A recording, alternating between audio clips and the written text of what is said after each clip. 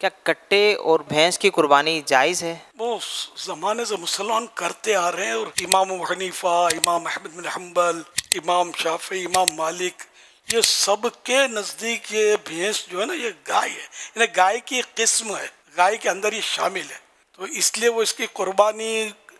کروڑوں علماء، یعنی لاکھوں کروڑوں علماء اس کو جائز کہہ رہے ہیں۔ یہ بھی کوئی یعنی پوچھنے کی بات ہے؟ امام احمد بن حنبل رحمۃ اللہ علیہ، ان سے سوال ہوا تھا اس دور میں کہ بھینس کی قربانی ہو سکتی ہے، تو آپ نے تعجب کا اظہار فرمایا کہ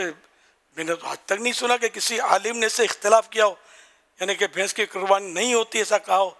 میرے تو علم میں نہیں ہے، یعنی اتنا مطلب یعنی یہ پکی بات ہے کہ بھینس کی، کٹے کی جبکہ شرائط کے مطابق ہے تو قربانی ہو جاتی ہے،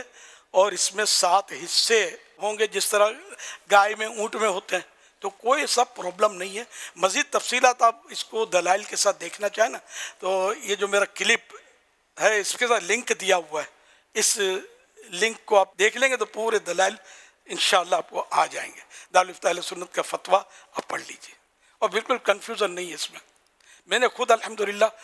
یہ کٹے کیا، قربانیاں کی ہیں اللہ کی رحمت سے، اور علماء بھی ظاہر ہے کہ سب بھی اس کو تسلیم کرتے ہیں، علماء الحمدللہ۔